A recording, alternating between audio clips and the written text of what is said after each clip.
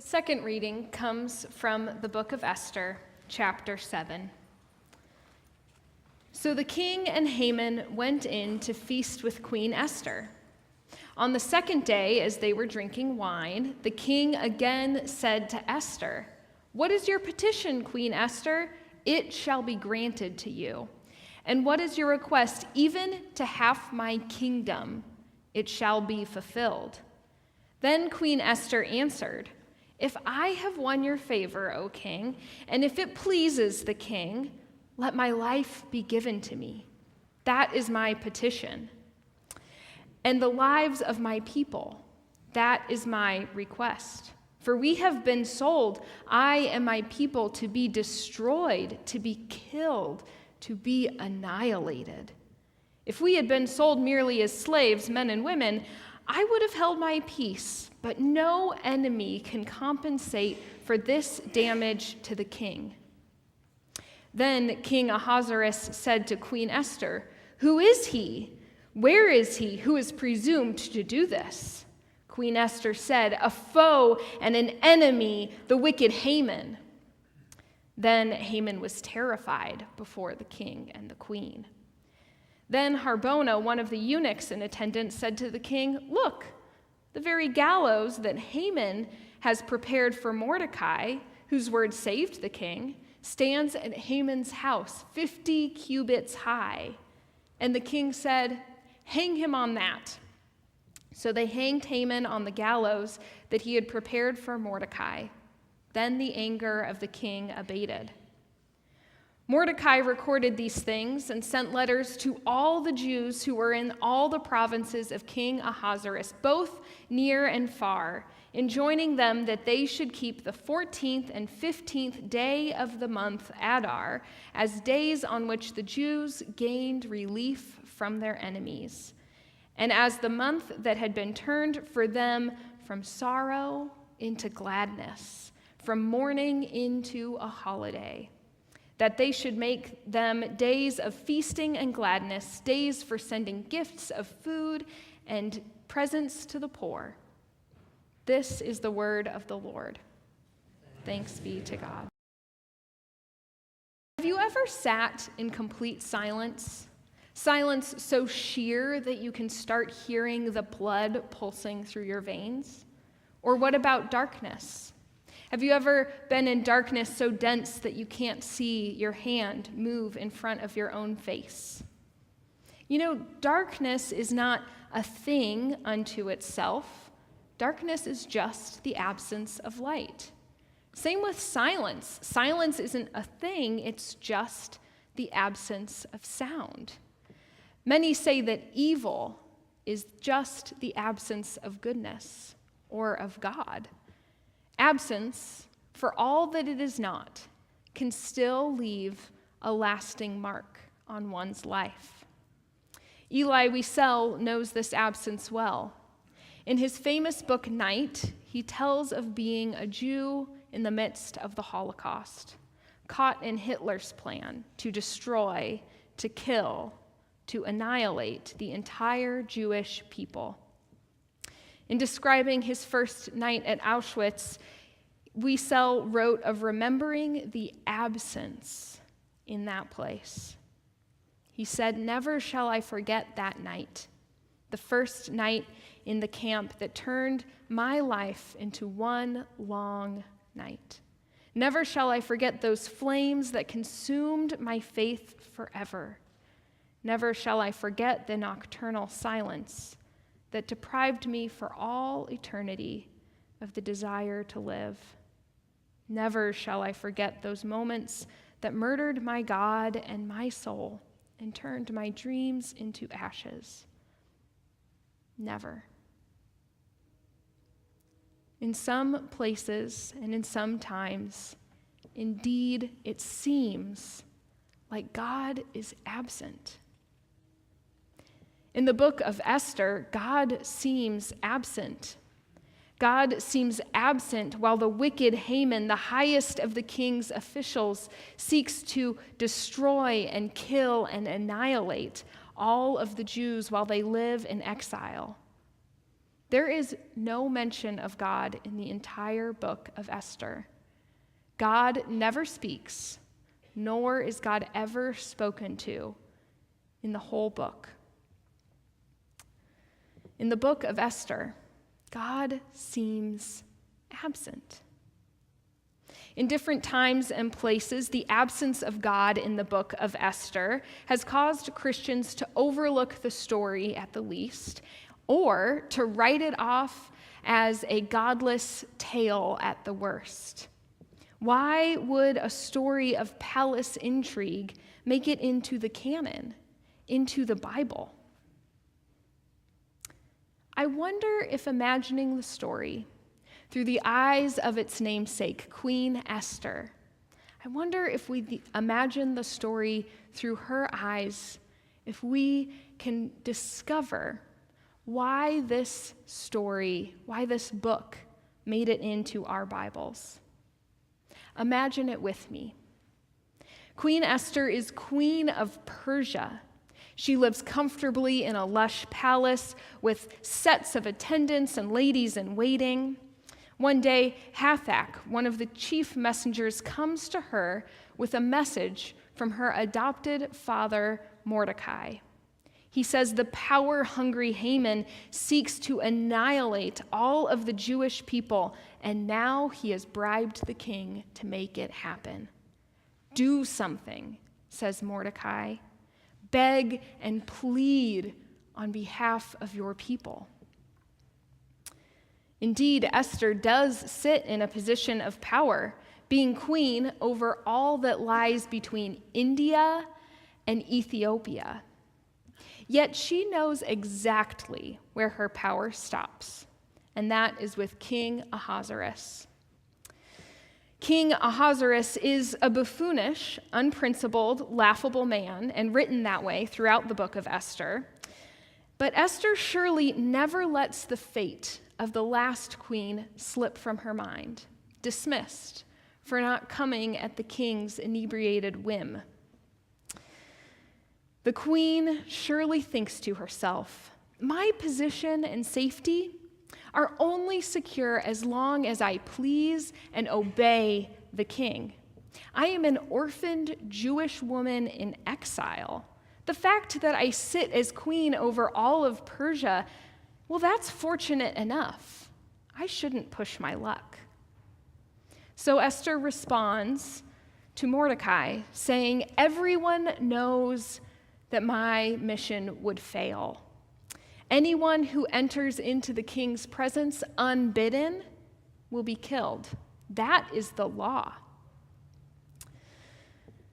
But Mordecai replies with words that echo throughout history. Do not think that in the king's palace you alone will escape any more than any of the other Jews. For if you remain silent at this time, relief and deliverance for the Jews will arise from another place, but you and your family will perish. In the 21st century, this story about a plot to kill all of the Jews will forever and always have to be read in light of another plot to kill all of the Jews.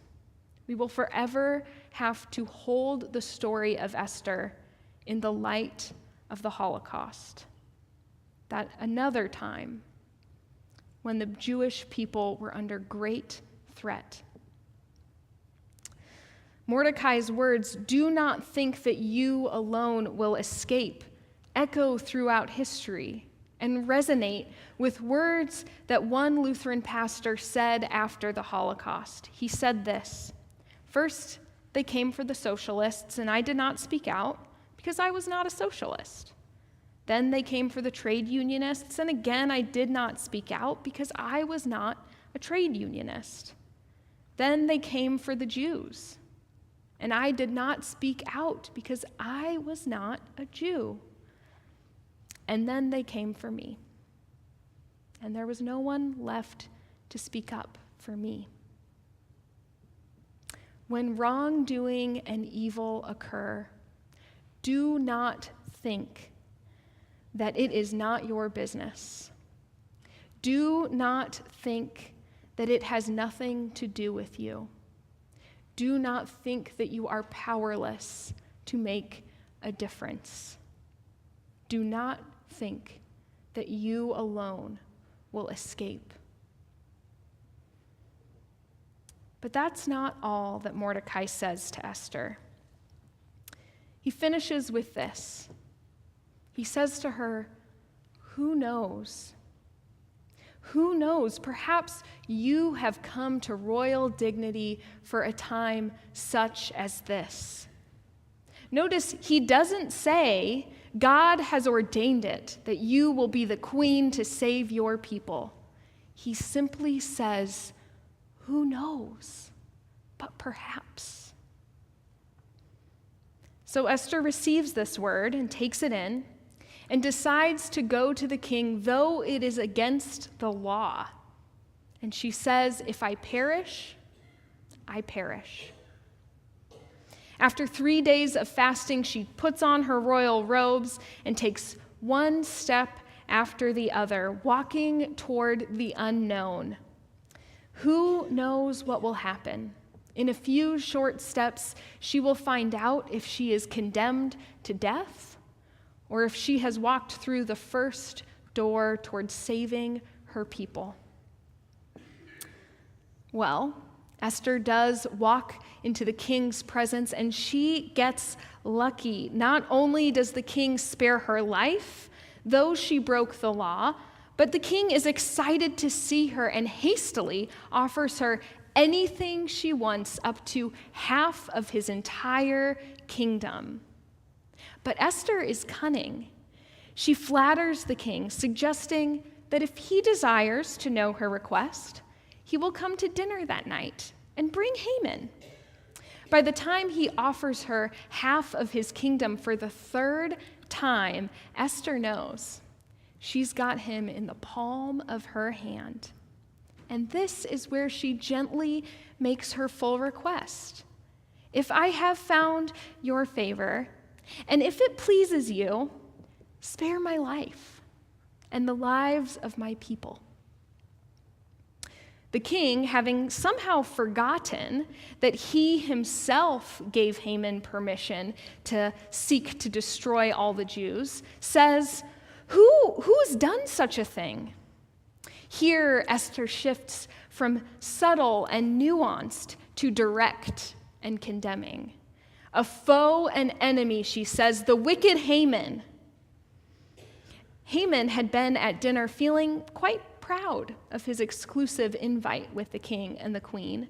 But now Esther and the king are standing unified in their condemnation of Haman, and the king seizes the opportunity to kill him for his evil plot. The Jewish people are saved from death and annihilation. Their sorrow is turned into gladness, and their mourning into a holiday which they still celebrate today as the festival of Purim. So although God is absent in the book of Esther, Esther saves the Jewish people, and therefore saves you and me. You see, without Esther, there would be no Jesus. Jesus was a Jew, born to the Jewish people. Without Esther, Haman would have used the king's power to destroy, to kill, to annihilate the entire Jewish people.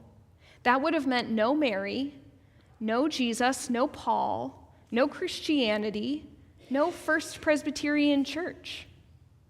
Out of a story where there is no mention of God, where it seems God has abandoned a people to their fate, a woman named Esther makes way for the one who is God, the one who is Jesus, to save the whole world. And how does she do it? Well, she does it in a way that looks a whole lot like Jesus. She took what Haman meant for evil and turned it into good for the Jewish people. She did not regard her status as queen as something to hide behind, but took on the risk to intervene for others. Maybe Jesus is silently present in the story through Esther. In the words of Mordecai, who knows? Was it an accident that Esther was queen when her people were threatened? Maybe. Maybe God put Esther in just the right position to save the day before Haman even ever came along. Who knows? Was Esther just lucky that the king listened to her? Maybe. Or maybe God trusted Esther to use her courage and wit to save the day. Who knows? Now, we might want to say, as Christians, surely God was acting all along.